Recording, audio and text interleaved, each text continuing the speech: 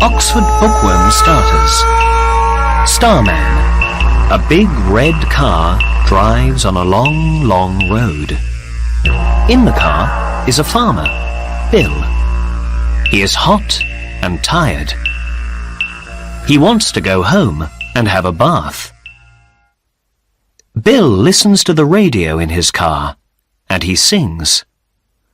Bill likes singing. Sometimes people like Bill's singing, but not very often.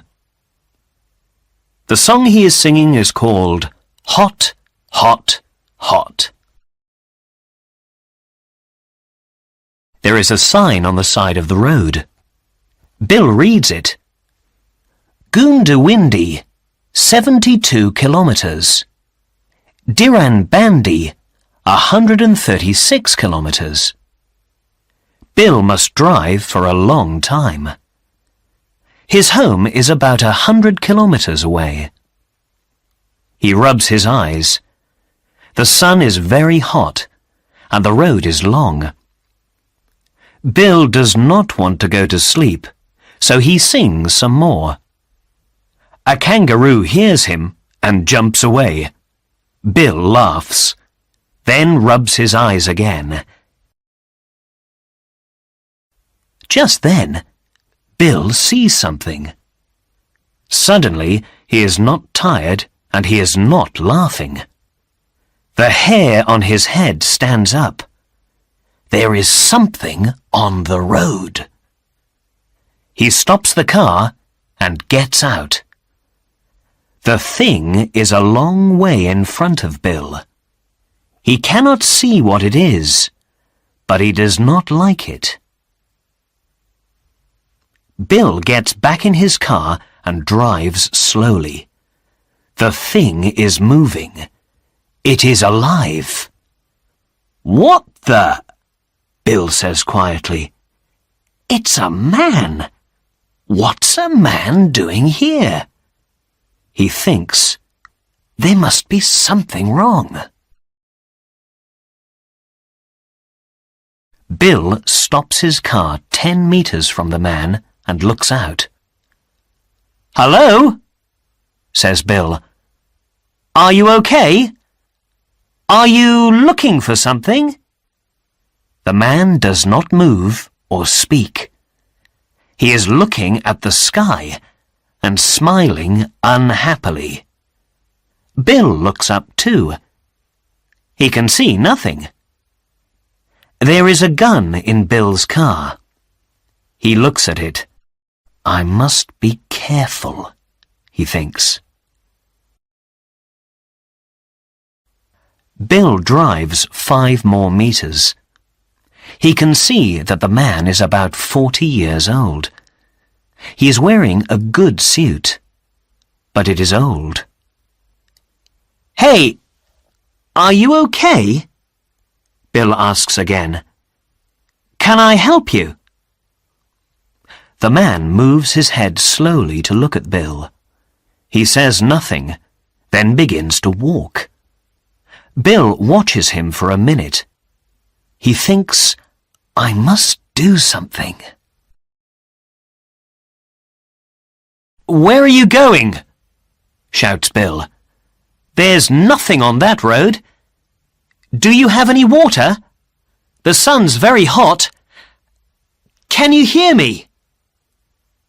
Bill does not know what to do. He cannot leave the man here. What is wrong with him? He thinks. Is he ill? A lizard runs across the road. A big bird flies near the man. It looks down, hungrily.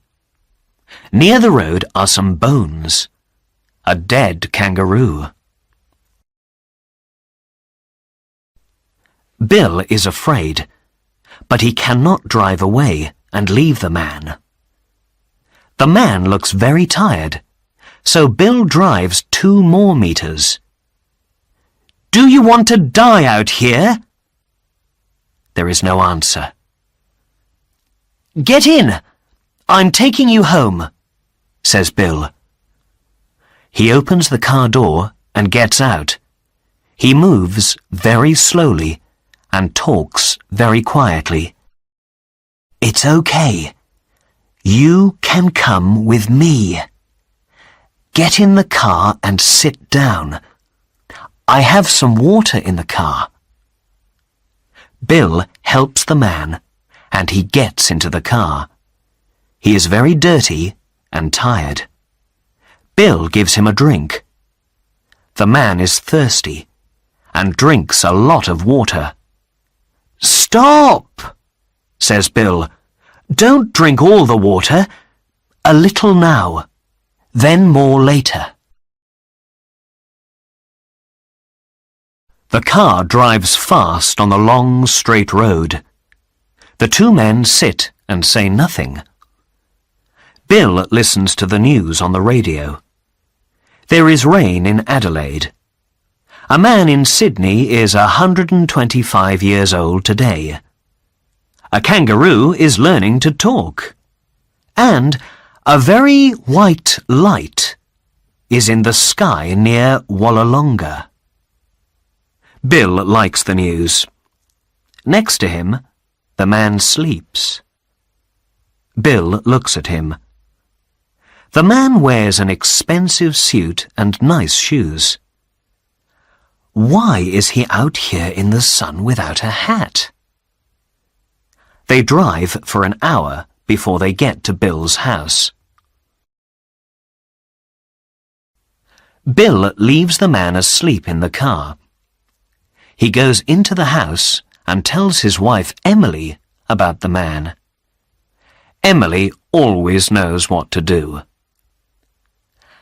"We must find out who he is, then phone his home," she says. "Let's look in his pockets. Perhaps there is something with his name on it." Bill and Emily go to the car. They find a wallet in the man's pocket. There is a name, John Phillips, and a telephone number. There is also some money. "This money is 25 years old," says Bill to Emily. "Why has he got old money?" "John Phillips," says Emily to the man. "You're very interesting." John suddenly opens his eyes and looks at her, smiling. "Can you walk?" Emily asks John. He gets up slowly. "You're ill. Let's put you into a bed." Carefully, they help John out of the car. Bill's dog sees John and is afraid. He runs away and sits under a tree. Bill and Emily help John upstairs and onto a bed. 10 minutes later, he is sleeping again. In the kitchen, Emily says, "I don't understand this. It's not right. He's different. I don't know." "I don't want him in our house. I am afraid of him," says Bill. "I know. I'm afraid too. Let's call the flying doctor," says Emily. "Then we must talk to his family." Bill picks up the telephone and calls the doctor. He tells the doctor about John Phillips. "I think he's ill. He's very tired and doesn't talk. He doesn't know who he is. Can you come quickly?" The doctor lives about 200 kilometers away. He must fly a plane to visit Bill. "I'm coming now," he says.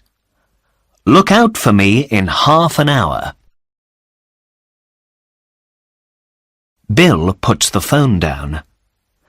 "Okay, let me talk to his wife," says Emily. She takes the phone and calls the number. Somebody answers, and Emily talks for a long time. Bill hears her say, But he is here. No, it is John Phillips. We have his wallet. His name is in it. Hello? Hello? Are you there? Oh. What? When? I don't understand. Okay. Thank you. Goodbye. When she stops talking, her face is white. She looks at Bill and says, "This is all wrong. John Phillips is missing," his wife says. "For how long?" says Bill. 30 years, says Emily. His wife has a new husband now. They have 3 children.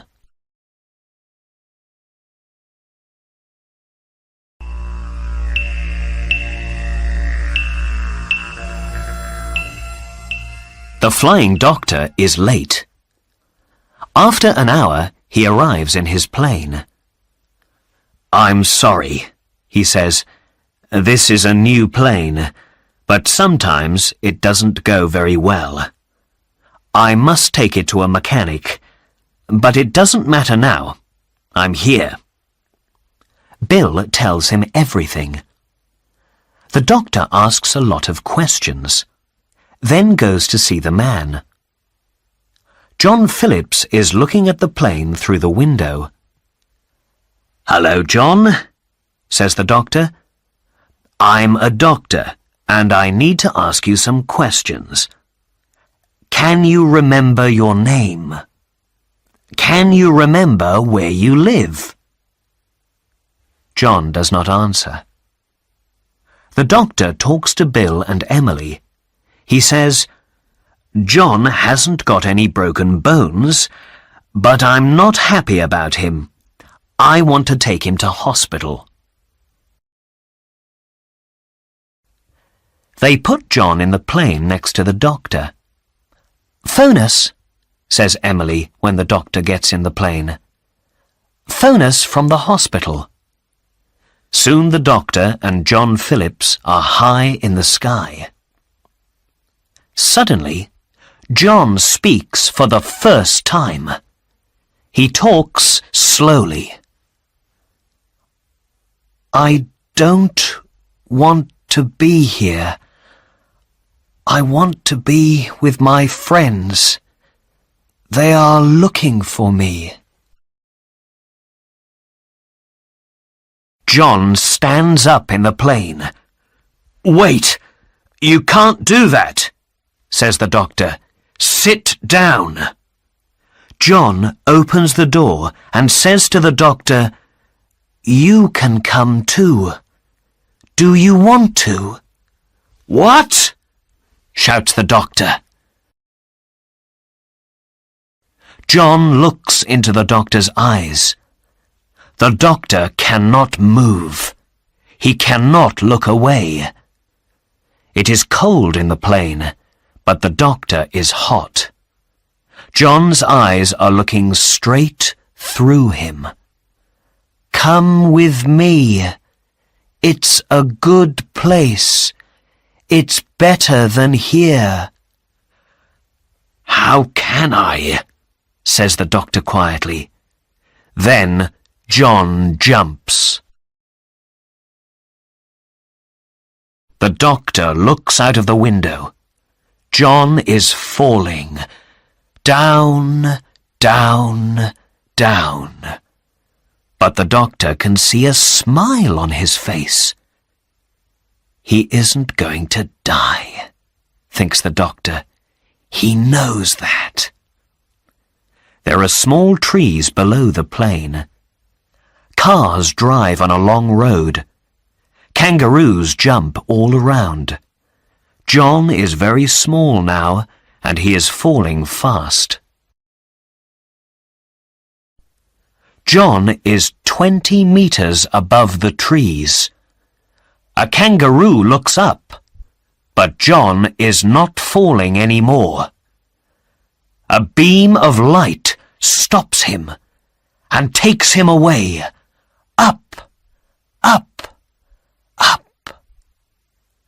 The doctor closes his eyes. The light is very, very white. When he opens his eyes, the light is not there. John is not there. The doctor sees something in the sky. Then there is nothing. He is very unhappy, more unhappy than ever. "I want to go too," he says.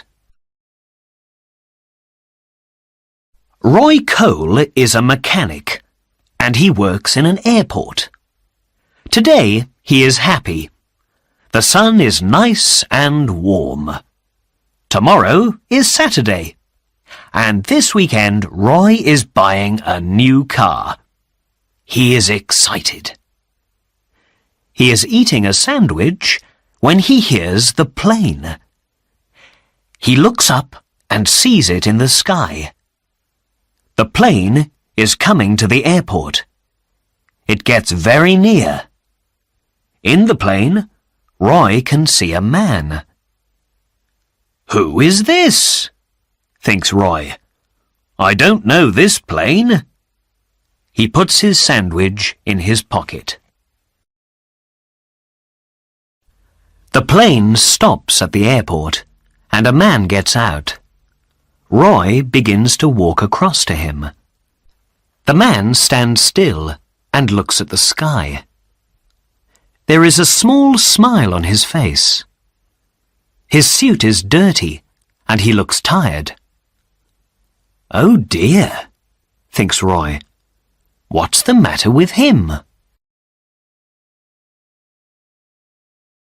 Roy likes to talk to people. He smiles, then talks to the man. "Perhaps I can help him," he thinks. "Hi, I'm Roy. Who are you?" Roy puts his hand out, but the man does not move. Roy puts his hand in his pocket and looks at the plane. Roy says to the man, "Wow! What a wonderful plane! It's more than 30 years old. It's an old flying doctor's plane, isn't it?" Suddenly, the man looks at Roy and says, "Flying doctor. Yes, that's right. I'm a flying doctor." "A flying doctor? Of course you are," says Roy with a smile. "Where do you live? Where do you want to go?" The doctor begins to get into the plane again. Then he stops and looks into Roy's eyes.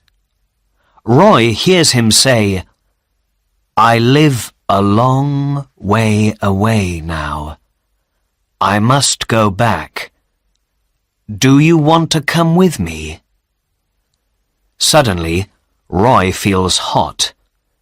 The doctor's eyes are looking straight through him. "How can I?" says Roy. "I can help you. Get in my plane," says the doctor.